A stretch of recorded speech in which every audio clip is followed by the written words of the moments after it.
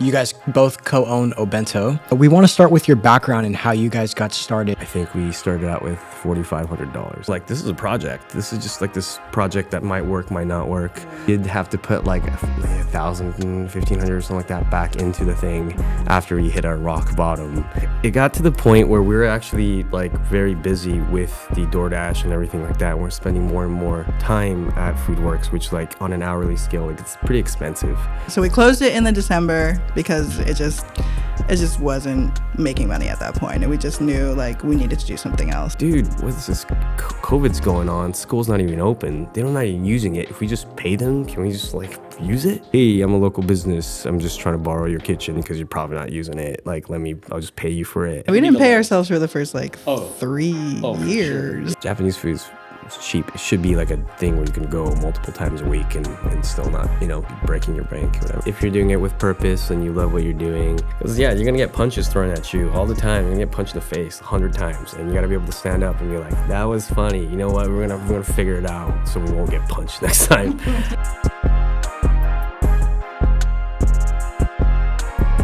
Maya and Shin, welcome to the podcast. Wow. Yeah. Thank you for having us. Yeah, thanks for having us. How are you guys doing today? We're feeling good. Excited to be here. Beautiful startup, Humboldt. Yeah, it's the first time in here, and it looks really nice. Yeah, thank you guys so much for joining us today. So you guys both co-own Obento. Very good restaurant, by the way. You guys should try it out. So we want to start with your background and how you guys got started. If you guys want to kind of go off of what you guys are both saying, or if one of you guys want to talk, like how you guys met and how you guys started Obento, feel free. Sure. But yeah, how did you guys start? Yeah, well, we started just sitting around the couch, honestly, thinking about an idea that we had always had. Shin and I are Japanese. We both love Japanese food and like made a lot of Japanese food throughout our careers, and we would always just talk about like, man, wouldn't it be cool if they had this or that, if they had a bento spot here, and just, dreaming, but never really taking it seriously. And then one day we were just sitting around and we were like, I think we thought of a couple menu items or something at first. I think so. Yeah, and I started looking into like all the the city and like getting the business license and all that. It's like, oh, we need to get FoodWorks, but to get FoodWorks, we need a business license. All the list of stuff. I just kind of went into City of Arcades. This is all you need, and just kind of started filling out stuff. And I kind of saw it as like a project at the very beginning. It's like, hey, this is like a fun project that we could just put some money into. The overhead's not too bad because FoodWorks lets us rent space. I think we started out with $4,500. It was between three of us, Maya, me, and our friend Johnny.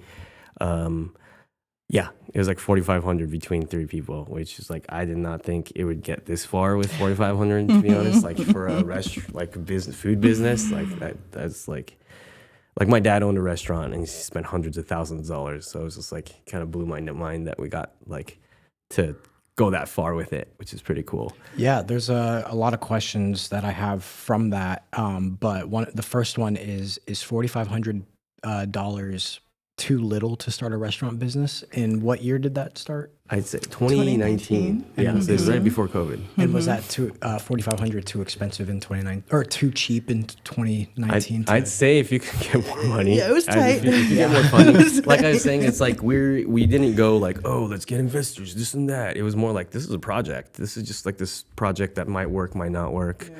But we'll just kind of like, put our heart into it and see where it goes kind of thing. And it just kind of getting kind of bigger and bigger.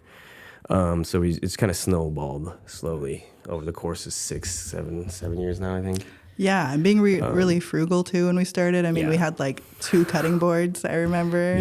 One was red for chicken, one was purple for sushi, and that was like set. You got it, Dollar Tree containers. Yeah. $4,500. That's, it was extreme budgeting. So you watch those TV shows. So you pull together $4,500, and what is your strategy for selling? Do you start with a storefront? Where do you start with? We did the delivery. Yeah, we started the worst way possible. It was the worst. It was horrible. Yeah, and this is out of FoodWorks. Yeah. Okay, I see. Yeah. We wanted to sell bento boxes to businesses for lunchtime.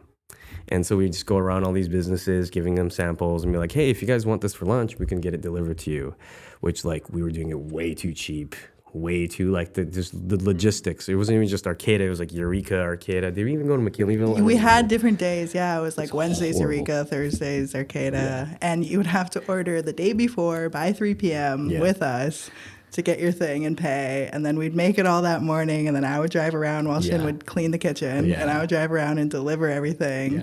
Yeah, sometimes we like both have to drive. Too, if it was really busy. It was super stressful. How did you guys meet beforehand? Were you guys like you guys and Johnny? Were you guys all lifelong friends? Did you meet in college? Well, it was actually through Justin. Like I was good friends with Justin. We were roommates, and then Justin started dating Maya, and so that's how we started hanging out. And then Johnny, the third guy, he was a roommate after we all moved together. And so he was a roommate, and he had his own like financial life stuff, so he had to separate. Like, was it like right after COVID or something like that? Did you guys buy him out, or how did that work? Actually, we were at our rock bottom, so we kind of invested into this thing, and we did have to put like 1,000, 1,500 or something like that back into the thing after we hit our rock bottom. That was during COVID. Oh, wow. And so like pretty much him just leaving at that point was just like, dude, we have no money to give you. Perfect time. You know, So you tell me about rock bottom. Was that from the delivery system that was that unprofitable, and then you had to switch gears? So it was. I think it was both. It was unprofitable for sure, and COVID. Okay. Those two things really combined. I mean, with COVID, you can have people in businesses, like there's no offices, everyone's at home. You know? That was our whole models, like going to an office where there's like 10 people who all want to order from the same place. Yeah, so it was hilarious. It was it was funny. It was real funny. What made you guys want to go B2B instead of B2C? Yeah, like business to consumer and business to business. So the consumer thing, we needed like a retail spot. We only have $4,500, so that's impossible pretty much. Except for the workaround was DoorDash, which is that was the only way we can actually. And that's kind of, we got really lucky. I mean, I guess you could call it either or, like lucky or unlucky with COVID.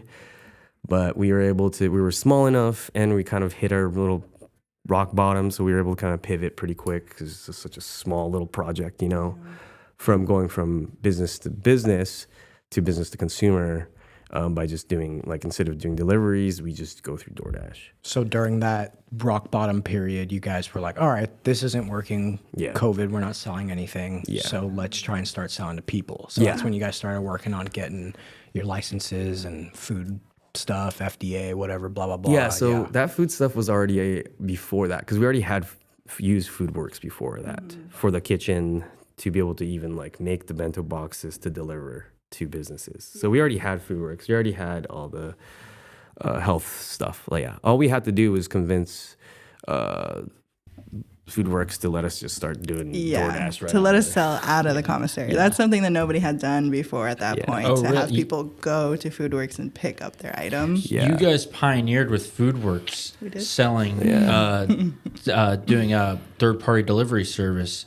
That's really interesting. Yeah, even just being able to come to FoodWorks, because most people that work out of FoodWorks are making products that go to retail, like a jam or a caramel or something like that you're not going to drive and pick up to eat for dinner. They might be prepping for a food cart or a food truck, or they might be going to a pop-up. So you guys were like, okay, we don't even have, because that's what I was kind of asking at my first question is like, what's your point of sale? And I'm like, and so your point of sale first was literally driving the food to people. Exactly, bringing it to the people. But I think that by hiring a third-party delivery service, you're removing that, that pull away from the kitchen, and you guys are able to focus your energy on the kitchen, on the product, and then outsource the labor of delivering the food. Exactly. Yeah. And so really I think that's a very strategic pivot, and I think it sounds like that ultimately led to some success. So you were able to create a profitable business, a profitable system of delivering the food with these third-party vendors. Tell me about that. About building your business after that. When did you eventually transition into a storefront? Yeah, that was just almost 2 years ago now in October. Oh yeah, to the storefront. Well, I guess we got into HSU first. Yeah, But I yeah. guess- Well, we'll is start that with what- HSU. Yeah. Yeah, Oh, I was okay, gonna the say depot. you skipped a bunch of stuff, a bunch of lore. Yeah. Let's talk how you guys or you guys still were doing FoodWorks at the time, but how you landed the contract at the depot at HSU. That was Shout out. Pure luck. Pure luck. That was pretty funny. And When did just- you guys hear about it? Yeah, so it was like it got to the point where we were actually like very busy with the DoorDash and everything like that. We're spending more and more time at FoodWorks, which like on an hourly scale, like it's pretty expensive. And so we're like looking at other alternatives. And even nowadays, it might be hard to actually find a kitchen that you can actually rent and like or sublease or whatever. So we were stuck in FoodWorks, and I was like, dude, what is this? COVID's going on. School's not even open. They're not even using it. If we just pay them, can we just like use it? So I was like, I think it was like HSU at dining.com, like the most generic. I didn't think I would get anything back. I was like, hey, I'm a local business. I'm just trying to borrow your kitchen because you're probably not using it. Like, I'll just pay you for it.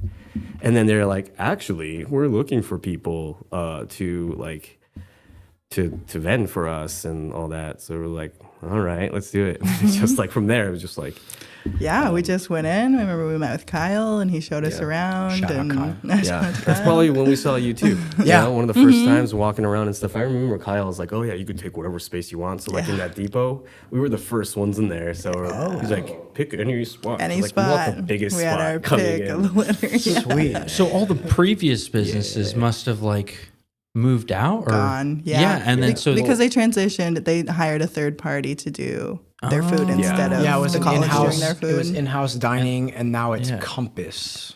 Right? Yeah, I think- Chartwell's. Yeah, Chartwell's. Yeah. Interesting. Yeah, Okay. because the in-house, it was all except for because I went to school back, I graduated in like 2016. When I went, it was like Los Bagels was only like a local business there. Yeah. All the other ones were run by the school. Yeah. What was your guys' contract structure? Because instead of paying them, they wanted to pay you guys to do it. So how was it? What was it like being contracted out by the school? Was it like the most amount of money you ever seen? Was it like, oh, they just take a cut? Like, how did that work? Yeah, it was commission, not commission. Sorry, it's it is commission. 25% commission. Goes to them. Nice. And did that kind of screw you guys up the first couple of years, or? I mean, it's not so bad considering you don't have to pay for rent and utilities and like all the equipment that they give us there. You know, we have access to a lot of really expensive equipment that we'd never be able to have been able to purchase on our own. So that was really cool. I mean, the thing that was painful for us in the beginning was we had just had an issue with just payments coming in on time, but they kind of figured that out. And since then, it's been pretty smooth. Are you able to talk more about that? What was the payment structure like? Was it like net 90, net 180, At first, it was like net 60. net 60? Which was pretty hard because like the only money that we made at that point was through DoorDash. So we didn't have that much money to last more than just 2 months. So if you're late in any way or whatever it is, it was kind of really tight. And so that's where we started kind of looking at other financing stuff too, like rolling credits, or what do we call that? Line again? of credit. Line of credit. Yeah, rolling credit. Yeah, line of credit. That kind of stuff, just to make sure that because we were cash poor, like we want to make sure we have other avenues to get cash from. So we had to do some stuff like that just to make sure that we can keep going. But What were your guys' main expenses at the time? Because you guys didn't have employees yet. So was FoodWorks a lot of the money, and then like your Yeah. personal Well- living costs and stuff? Or Once we got to the depot, we had to hire a crew. You know, there's just no way for us to be able to do it all just because of the demand that's there on campus. So by that point, we had learned, you know, in retrospect, one of our harder lessons that we actually hired too many people. Really? And we had a point where we had like 5 people on prep, and now we have 2. Yeah. So we had, you know, we kind of went a little bit overboard, and we had a lot of help that first year. Definitely the scaling part was kind of hard at the very beginning because we're going from like making just prepping ourselves a few hours a day, whatever, to like, oh, it's like 20 times that, 30 times that, whatever. And so kind of figuring out a way to efficiently scale that was definitely a process. There's definitely a lot of a lot of stuff we went through just to figure out. Yeah, one of our previous guests said, I don't remember the context, but it was basically hire to grow or grow to hire. It looked like you guys were hiring to grow, but you guys backtracked and we were like, oh, we need to grow before we hire more. Yeah. I mean, I think it was like going on the kind of the same time, because like we needed the people, but at the same time it could have been more efficient. And we were, when we started out too, we were pounding every single piece of chicken by hand, I remember that. With the Prepping hammer. was just getting ripped. So they'd be prepping like 200 chickens. It was a gym. I swear to His God. forearms. Yeah. I remember just sometimes walking through there and just hearing, Oh my God. Yeah. It was look brutal. over and you guys were just going crazy. Yeah. So how much did overhiring actually save you guys to focus on like operational stuff? Because I feel like I remember you guys were in there basically every day until like my junior year or something, like 3 years in or something. So how much did overhiring actually help you guys? Not really. Yeah. Didn't really help us. Yeah, I mean, at the beginning Yeah, year, yeah. it was also new, and it was such a big thing for us. That was like the biggest kitchen we'd ever been in, in the catering kitchen upstairs, and everything was just so almost overwhelming that I think we were just so like scattered. If we were to look back now and see like what we were doing day by day, we'd be like, what are you guys doing? It's not efficient. Passion. Exactly. What are you doing? I had one more question about this. Your guys' partnership structure. Yes. I remember we had you guys in our business class the speaker series. And I don't remember if it was me or my partner for the project, but we asked you if you guys had a partnership structure, and you don't. Oh yeah, we have a partnership. So it's technically our business is a partnership, and we have a contract with the partnership, but there's no LLC, there's none of that. We're actually going to be moving into that soon. You guys should move into an S corp. I don't know if you guys have heard that. Yeah, I'm gonna have to talk to you more about that. How does it work? Being such close friends. How do you guys manage the business side when things get tough or when things are going good and maybe somebody wants to pull out a little more money than the other person? Like, how do you guys balance friends? Luckily I think we've been pretty on the same page about like paying ourselves, this and that. Like I could be homeless. I don't know. Yeah, I mean, we didn't pay ourselves for the first 3 for years sure. Yeah, of owning the business. Yeah, and we're like happy we were paying ourselves like $1,000. Yeah, we were like, this is amazing. It was pretty rough because like I was doing like 14-hour days at the very beginning, and then like half of it was like I'm just throwing money, like we were just like putting time into it and and all that money into it and stuff, and like I don't know if I'm going to get any of that money back. I'm spending literally 7 hours and then going to work the other 7 hours and like, what am I doing? Are you interested in starting a small business? We've had the opportunity to interview dozens of local entrepreneurs behind the Redwood Curtain. You can reach out to your local small business development center to receive free one-on-one advising today. Back to the show. Tell me about the transition to profitability to a position where you guys were able to pay yourselves out. Which sounds like is year 4. Yeah, so that'd be what, 2022? I think so. Yeah, and it was like minimum 2 years. $1,000 a month or something. Yeah, it was pretty low at the beginning. Yeah. It was I think it was barely enough to cover our rent, I think. Yeah. That was that spring semester when they opened the school up to more kids, right? And that's when like things like kind of blew up for everybody. Blew up a little bit more. Yeah. I think so, yeah. It was around that time. It was just weird balancing act of like, yeah, we can pay ourselves more. But again, we're talking about like the contract, and sometimes they weren't paying us on time, and we're having cash flow issues. So we tried to keep as much cash in the bank as possible for when that happens. So that's why we were kind of reluctant to pull more money. I mean, we could pull a little bit more money than just $1,000 each, but like I'd rather have that and not stay up at night. And You're prioritizing reinvesting into the business for sure, definitely building it. Just snowballing out. Yeah. And so you your first storefront at Cal Poly Humboldt is a big success. You're able to turn it into a profitable business, and you're able to pay yourself out. Were you able to grow from there? Tell me about the process of into your next event venture. Tell me about how you're able. Were you able to reinvest that money into your downtown Arcata? Most definitely. Yeah, we were actually like right before that. We were actually so when we made that transition from FoodWorks to HSU, we still actually kept the FoodWorks spot. We actually around that time, funny, like it was like instead of the hourly, we were on this long list to get into an actual monthly, and we actually got in. So it's like might as well keep doing this. We had a small crew running the nighttime DoorDash. That at some point, you know, all the DoorDash people stopped running out of money, all the government aids and stuff like that. People stopped DoorDashing less. And so that kind of, we saw that start to wane a little bit. So we closed that. And then I think it was only like a semester. Yeah, it was like we closed it, I think, in December. And then we opened the shop in the following December? This is Yeah. 22. Holy crap. Yeah, what year was this? This is December of 2022. December of 20. Well, we opened the shop in 2024. Yeah. So this is December of 23.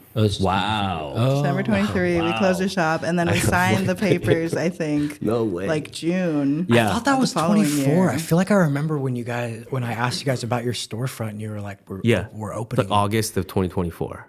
Whoa. Is when we opened. Yeah. Really? So Or- it was quick. Yeah. Yeah. I don't feel like maybe October. I feel like I thought it was earlier. Oh, it than was that. October. Yeah. I Yeah. thought it was. That's why I'm like, wait, really August? I thought it was like May or Yeah, something. it was kind of crazy. We got the keys, I think. Maybe you were there. That was your last for the spring semester. Because I think we were in talks with them like at the very end of the semester or something. Yes, we late were. May or I early remember June. walking into Jaffe's and talking to Mr. Jaffe. Yes, Mr. Jaffe himself, Josh and Miwa. Yeah, Josh and Miwa. Wait, so sorry. Just to clarify, you guys were in the depot. You had FoodWorks still, the commissary kitchen, right? That's what it's called, right? Commissary. Yes. So you guys were doing both of those. And then when you guys got the opportunity to look into a storefront, did you close FoodWorks then, or did you close it before? So before, yeah. Okay. So we closed it in the December because it just wasn't making money at that point, and we just knew like we needed to do something else. We'd kind of exhausted our potential at FoodWorks, and we closed in December. And I think that whole beginning of the next year, that spring semester, we were looking and reaching out to people to try and find a spot and looking at different places. And you were primarily working, or you were only working in the depot at that time? Yeah. At that time, that was just a depot. So we had a lot of time to focus on that. And then school got out, and it was nothing, since we didn't have FoodWorks. Yeah, and it stopped earlier because there's those protests. Yeah, Oh my God! That was like it was like it ended in like April or something. Yeah, and the whole April, yeah. campus closed. So that year was kind of rough financially. Actually, Yeah, it was brutal. because we closed earlier, and then we had to like throw in money to start this spot. Yeah. And then we got the SBDC loan and all that. So it was like, it was kind of rough cash wise a little bit. But somehow made it work. Let's touch back. This is music to his ears here. Yeah. We'll get there. We'll get there. Okay. Yeah, go for it. Okay. Then, what was that like when you guys got the opportunity to move in to the storefront? How much money did you have to, I guess, invest in that new business, basically? Yeah. And what was that process like from the ideation of like, the looking for the property, finding it, and then moving in and getting everything ready to go? It was like really, it was like the stars aligned for us, honestly. We had been suggested by a former employee, now current employee again, about a place that was opening up. They knew the owners, and the owners had come in talking to another business about how they were looking for people, and they kind of threw our name out there. And the owners contacted us, and that was really cool. And we went in there and talked, and they narrowed it down to a point where it was just between us and one other business. And it was really kind of an exciting, nerve-wracking time for us. We were like foaming at the mouth looking at Jaffe's. It was so beautiful. Yeah. And, we were just dreaming about what it would be like. And they had so many requirements that we needed. Like, we really needed a place that had 2 hoods because we fry and we cook on the stove. And our fryer is pretty large. So we needed a large, long hood or 2 hoods. And that was something we had really struggled to find in a lot of other places. And this place had 2 hoods, and it had a big, huge kitchen. And it had just all these lovely things that we wanted. A dining room so we could actually meet our customers. I like that. It's just not in like a parking lot at night where you're getting murdered. That's why the food I works was remember not just like glamorous. 3 lampposts, and it Yeah. just looks You have like to you're drive out to the murdered out there. industrial part of Yeah. town. I remember Yeah. knocking on your guys' door when I this was helping you guys out for a little bit, and then, like other Door Dashers had to, or people who were ordering food had to knock on your door, and then somebody would come out and drop Somebody off. would come out, yeah, you knock on an unmarked metal door. So, do you guys still do DoorDash? No, we No, don't. that's Yeah, good. it's like 'Cause- take like 30%. Yeah, I was about to say we had somebody on who does food, Cap's Food Shack. I don't know if you guys, yeah, super cool guy. Yeah. He has to mark it up 30% Yeah. for DoorDash. Yeah. Were you guys doing that, or were you guys No, taking? no.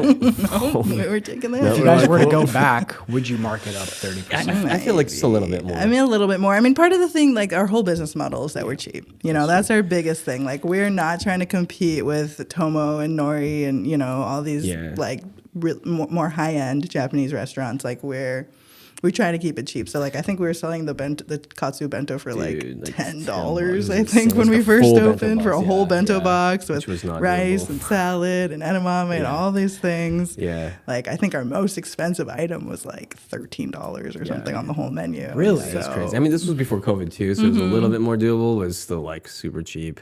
Yeah, that was kind of our whole mission, is that like there's so many sushi restaurants up here, and so people have this notion in their mind like that Japanese food has to be expensive. But if you go to Japan, it's not. It's the opposite of it. It's like super cheap over there. It's not, unless you eat sushi or like these luxury things. But for the most part, like Japanese food is cheap. It should be like a thing where you can go multiple times a week and still not, be breaking your bank or whatever. Yeah. Speaking of staying profitable with food, Yeah. how are you staying profitable with food costs being as high as they are? Very good question. Yeah, we are feeling the squeeze for sure. Yep. Gas is like almost gonna be $7 probably pretty soon and all that. So we have gone through a few waves of through COVID, like the egg prices going up, green onions, all these things, oil, like everything doubled at some point, this and that, and we have tried. We've kept our prices almost the same the whole time. We've definitely increased it a little bit at the depot just because they take 25%. It's a little bit expensive. But even then, it's not. I think it's it's a been very like marginal once rate. or twice over 5 years Yeah, at the it depot was, that yeah. we've We raised our try prices. not to raise our prices. Like it's still something that we're not like firmly like we're not gonna raise prices or anything like that. We definitely, like, if it seems like it's getting to that point where our margins aren't where it is, which if prices keep going up, inevitably it is, and this kid stealing. For a food restaurant, what are typical margins like for you guys? Like what's industry standard and what are your guys's? Yeah, we're actually a little bit better than, well, in terms of payroll, we're actually better than a lot of other restaurants because we don't have waiters, waitresses. We don't have the whole front of house thing. And between our 2 locations, we just have one prep place. We just have a dedicated small prep team that just makes all the food, pretty much the preps for everybody else.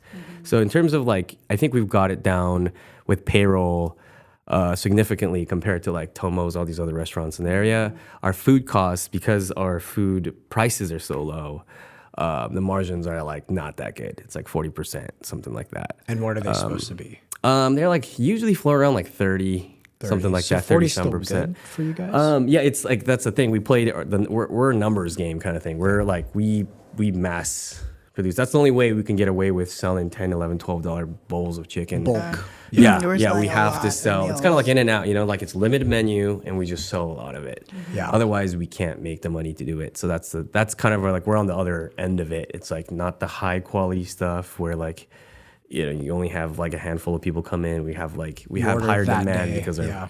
So instead of ordering say 12 times a year, once a month, you would do it say like 4 times a year, every quarter.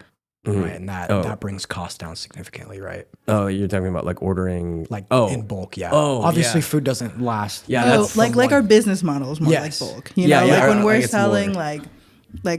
just like he's saying, kind of like In and Out. Like their burgers are so cheap because they're selling 5,000 burgers every day. You know, if you're selling 1,000 burgers every day, they have to be more expensive. So that's why, we kind of chose that. You kind of have a choice as a restaurant if you want to sell less meals but a little bit more expensive, or a lot of meals and cheaper. You know, so we're pumping it out. You know, but that's how we're able to keep it. I think that's awesome because you go to downtown Arcata and there's a bunch of sushi restaurants and you're going to get like one roll that has maybe 15 calories and it's $20, you know? And so, you're basically not getting a lot of bang for your buck, you know? And I like sushi.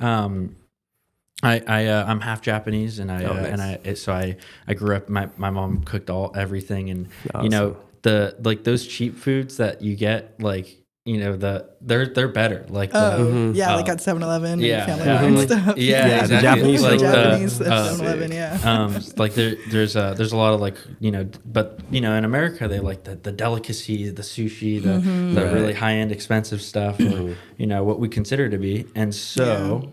But you guys are like, all right, we're gonna go on the opposite side. Yeah, we're gonna have like mass produced, like we're gonna have 3 things on our items, and we're just gonna pump it out. And I think that's awesome. I think it offers great Japanese food to college students who maybe don't have the funds to get some really expensive sushi dinner. So I really like that, and so you've taken that to Northtown Arcata with your storefront location. So tell me a little bit. So how long now have you had the storefront location? Tell me about your experience with that, having a restaurant in Arcata. Yeah, it's fun. It's pretty sweet. It's pretty sweet. Yeah, I guess. We're going up on 2 years. October will be 2 years. Coming up on 2 years. Which is crazy. Oh, It doesn't seem like it. Congratulations. Yeah. When you were driving around these bento boxes to people's houses, did you ever see yourself operating a full scale restaurant? Did you ever did you see that that future for your business and your food and your product, or was it something that just came to be? That's a good question. I know, yeah. Well, I remember doing the math. I remember one day where after we did our deliveries, it's like, okay, we made a little bit of money. What do we have to do to actually make it so we pay ourselves even $1,000, $2,000 a month, whatever? I'm like, well, this is not gonna work out. It's like, dude, At so this rate, numbers it's not don't add looking up. good. yeah, I don't think I personally wasn't like, oh, we're gonna get into a restaurant or that kind of stuff. I always wanted to do some kind of alternative thing other than a restaurant. Restaurant is grueling. Yeah. It's like 2% margins or something crazy. Like it's just like insane. You have And to. is it currently for you guys 2%? No, it's more than that. Okay, yeah, it's better than that. I was Yeah, about to just say, because. there's no way. Yeah, it's just like Right. it's way too much. It's like, dude. So like because my dad owned a restaurant, my grandparents on my mom's side, they're all restaurant people and stuff. So it's just like growing up, it's like I know how grueling that is. It's like if I were to be in the food business, we got to go some alternative route. And thankfully, that kind of paid off, going this weird alternative route where we're just doing the whole DoorDash thing. And even with this brick and mortar, it's not like a full service restaurant thing. It's just people come in, kind of like the Japanese 7-Eleven, just come in, you just pick up your food and you just pay and then you just leave kind of thing. So it's like really quick. And we can operate with less people too. So just kind of keeping things as efficient as possible. So with being, quick paced, you're not really, you're focused on make sure your employees are doing a good job and you guys are beating down that chicken, getting it prepped. No longer. We get it pre-flattened now. Yeah. How have you guys had to navigate security and theft? Being fast paced, there's got to be some of that. I think all the worst ones started, on campus. I'm asking for the podcast shock. Oh, right, yeah, because they don't. Sorry. It's like, why don't you know? No, it was brutal. I mean, there was a point on campus where I think we were making $300 musubis a day. And we were getting like 80 stolen. Oh, was it 80? It was 70 to 80 stolen a day. I just forgot how bad Every it was. day. And how do you know that? Based off sales? Yeah, based off sales. Okay. Pretty easy. Yeah, Because we'll get the sales report. Yeah, and and they itemize it. itemized. Yeah, they're like, So it'll be like, we know we made this amount, and we sold out, but we only have recorded sales for this amount. yeah. Wow. So how does, or also a side note, did you guys ever account for giving things away to friends and employees and Sure. stuff? Yeah, Okay. So like but- you make 300, maybe you expect to sell like 280 or something like that. Yeah. But this was way. Yeah. You guys were selling like 15 out of the 300 you made. I mean, It was it was not that bad. Yeah, not that bad. Pretty But we had Pretty like, bad. like almost like a third of them stolen every single day. And it got to the point where our employees were like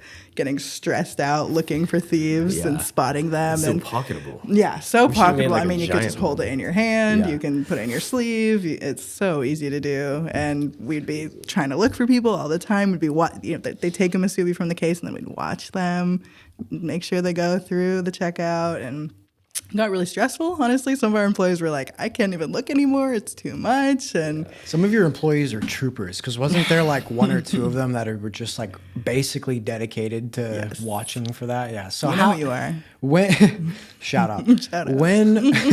when did you guys realize, okay, this is like way too much, we got to figure out something? What was the next step? Yeah, I mean, it was taking out the product. We tried to be nice. We put a note up there and we Yeah, said, I remember. "Hey, you guys are literally stealing a third of these Musubis every day, and we're gonna stop making them unless you guys stop stealing them." And that didn't help? And it helped for like a week. I think we had like maybe 40 stolen a day instead of 80. Or Talk about something. supporting local, man. And then we would, and then after that, we were just, all right, we gave you guys a chance. We tried to guilt you into it, but That's no no more more. Musubi Spam for Musubi you. no more. Not even today.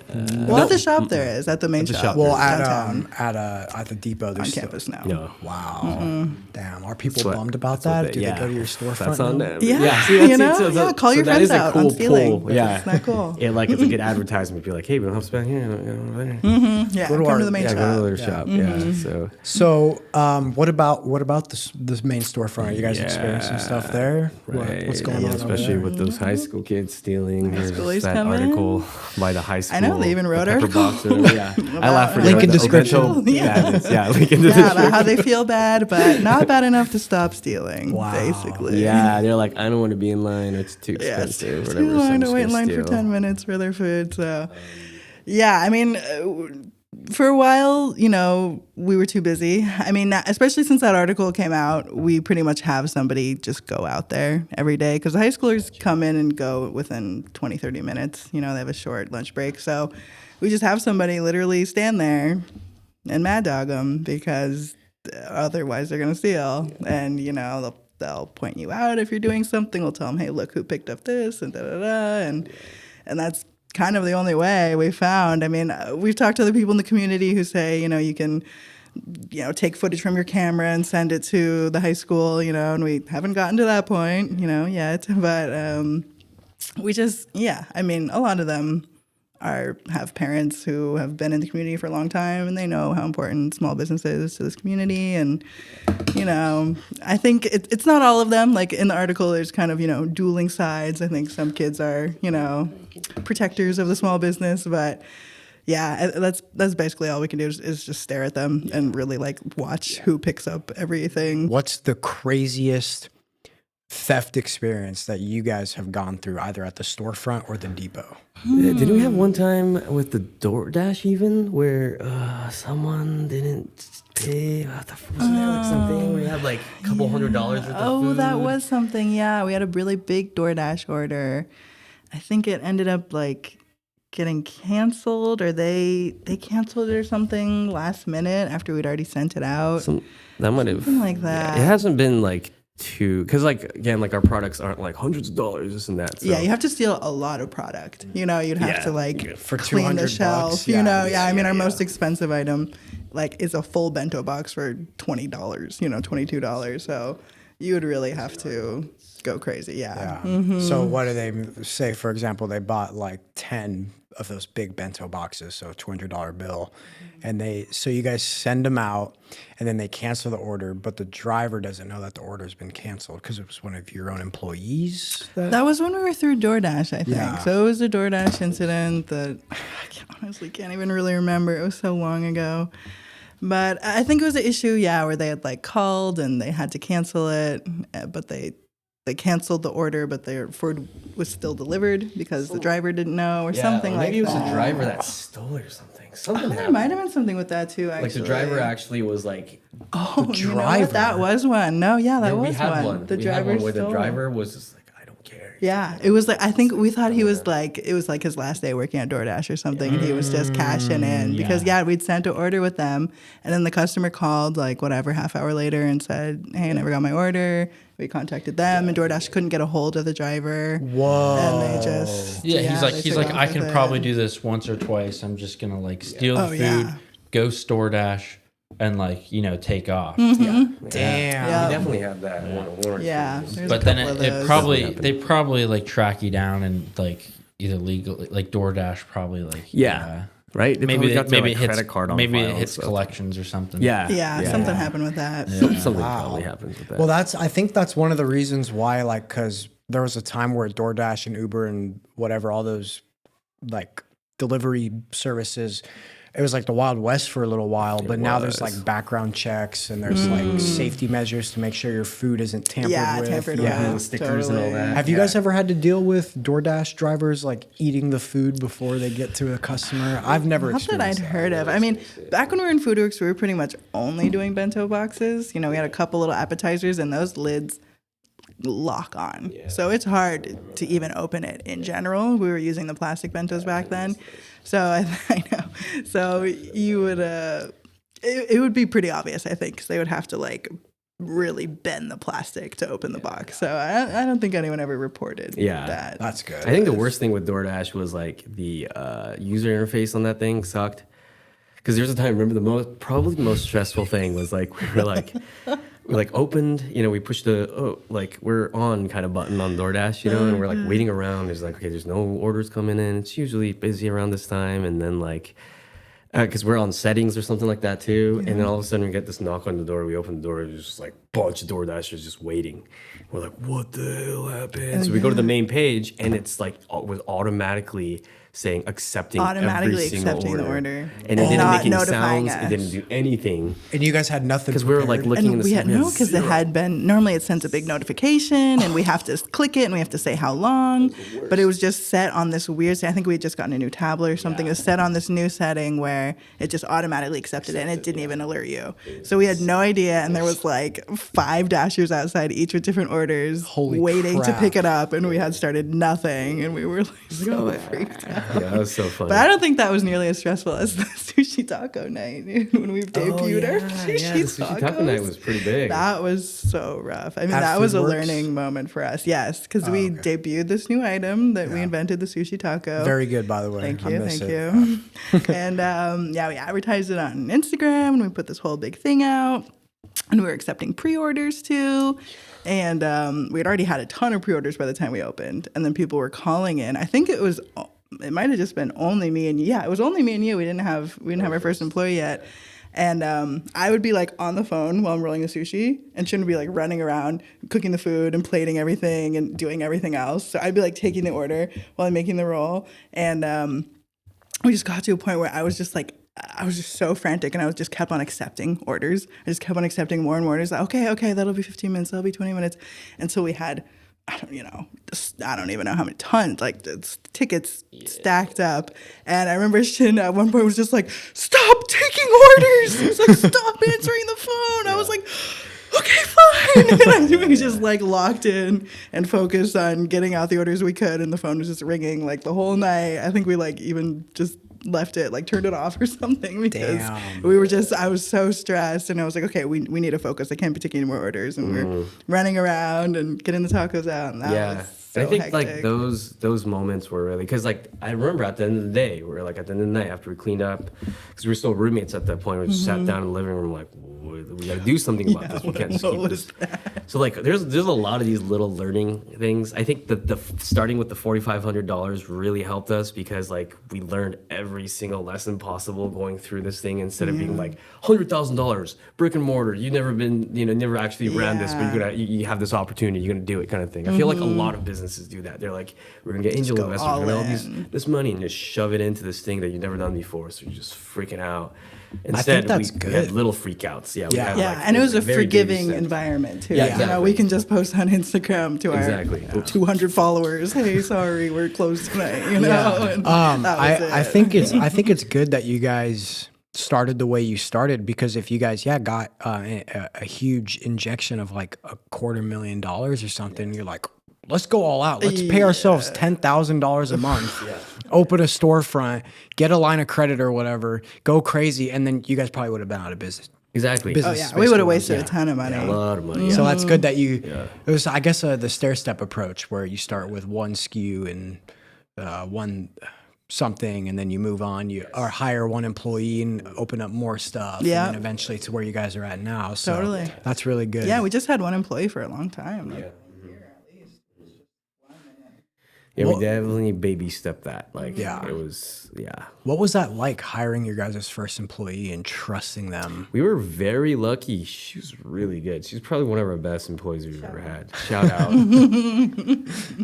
C. I don't know if I can.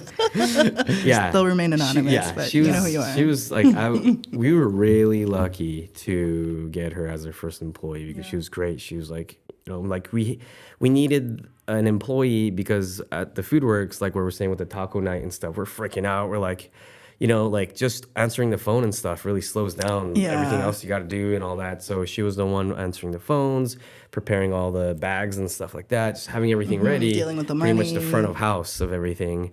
And that really helped us get through that first like year. Yeah, I mean, we were so excited to have an employee too, and just be able to delegate, because it was just doing every single thing ourselves, everything that needed to get done, we had to do it. So that was really exciting, and be like, all right, these are all of your duties.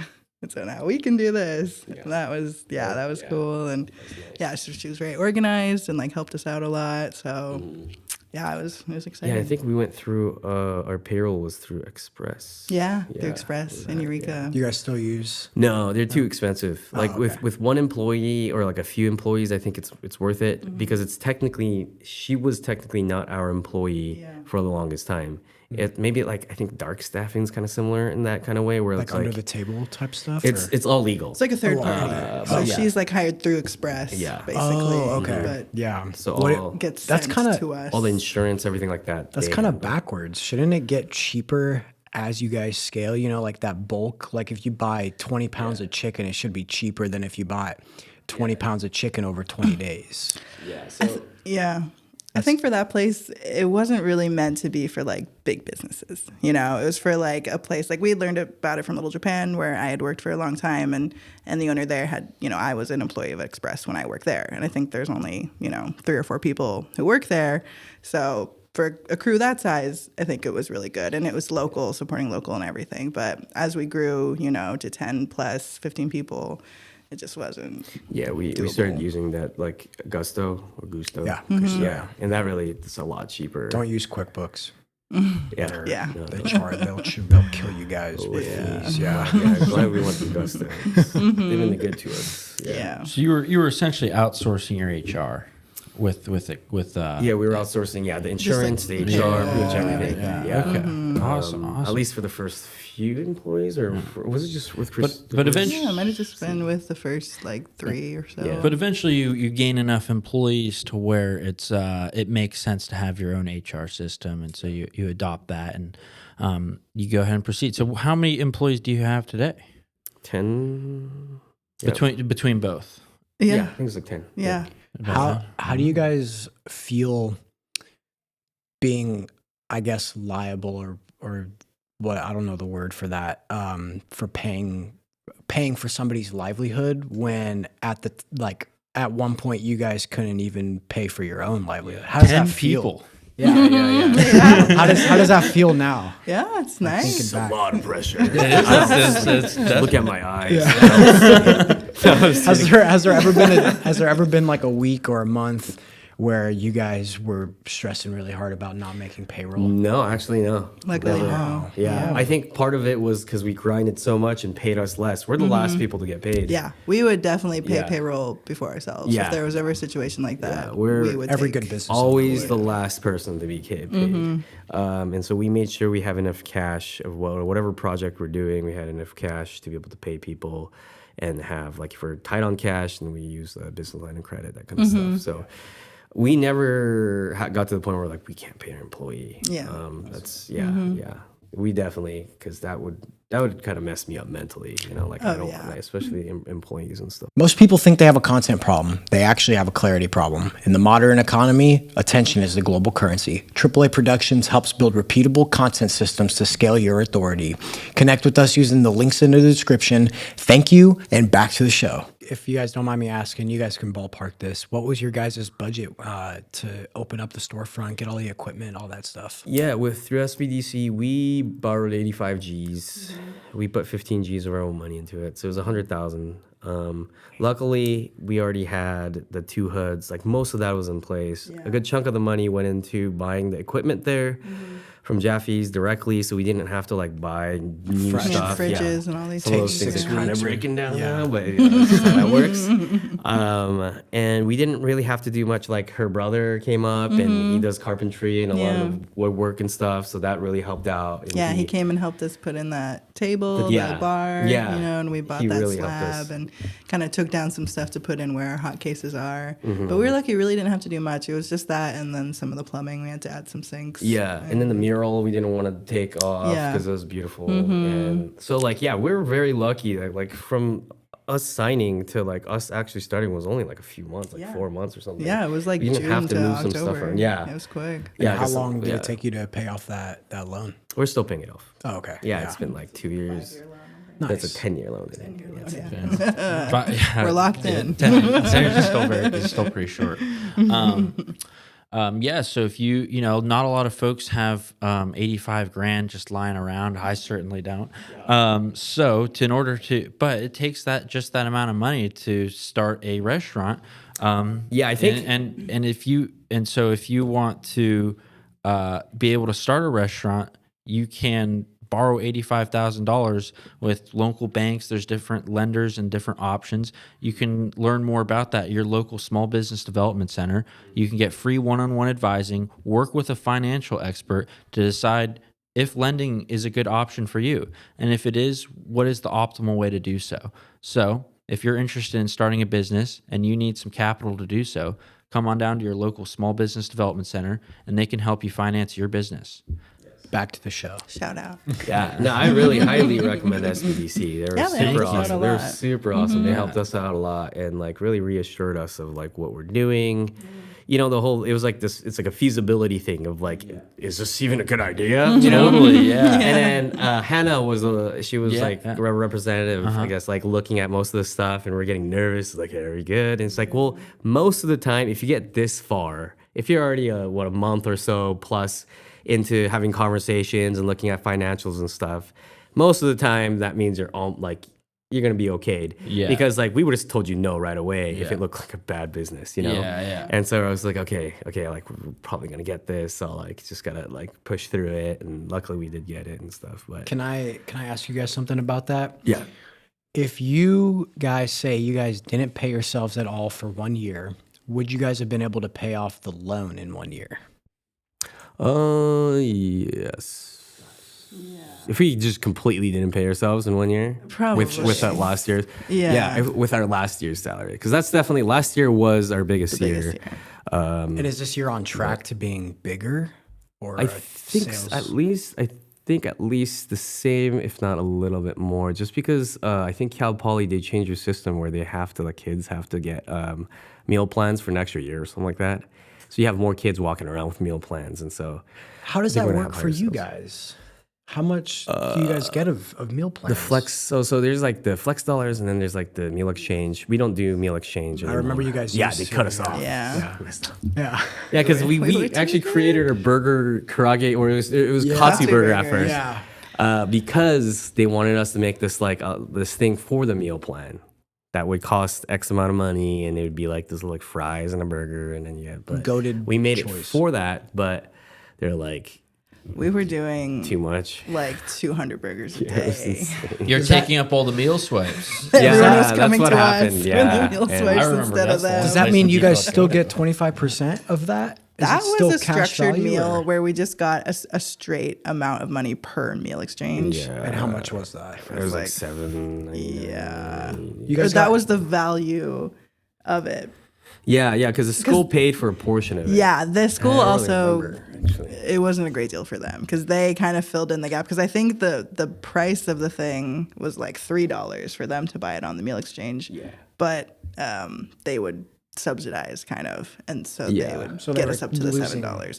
They started losing money. Yeah, it But just they're- didn't make sense for them. Yeah. But they're financially. just making money elsewhere on the students, and it's like this Yeah. whole like everything's being subsidized by each other, and it's just Yeah, it's a very interesting system. It's not just like a regular business or anything like that, but it's very corporate, and so like it's very obvious that like the small businesses the local businesses that are up there, they get less money from us. Like we have more sales, but in the end, like we take 75% of it, and they keep 25%. Whereas if they run it themselves, there's more work involved, but they get a lot more chunk of the money. Yeah. And so it is a little bit disincentivized for them to try to expand us and stuff like that too, So, I mean, that's just like the nature of how the business is. But Yeah. So do you guys have any final thoughts or advice for anybody who wants to start a restaurant or just succeed in business in general? Yeah, I mean, I'd say go with something that you really love, that you're passionate about, and something that's, I don't want to say necessary, but something that isn't like look for a hole that needs to be filled. If you're trying to start a business where you have just so much competition and so many other people are doing the same thing, it can be a lot more daunting than trying to find a kind of little niche like we did. Luckily, there's not really anyone else doing grab and go or inexpensive Japanese food up here. It's a small community, so we're really able to find our footing there.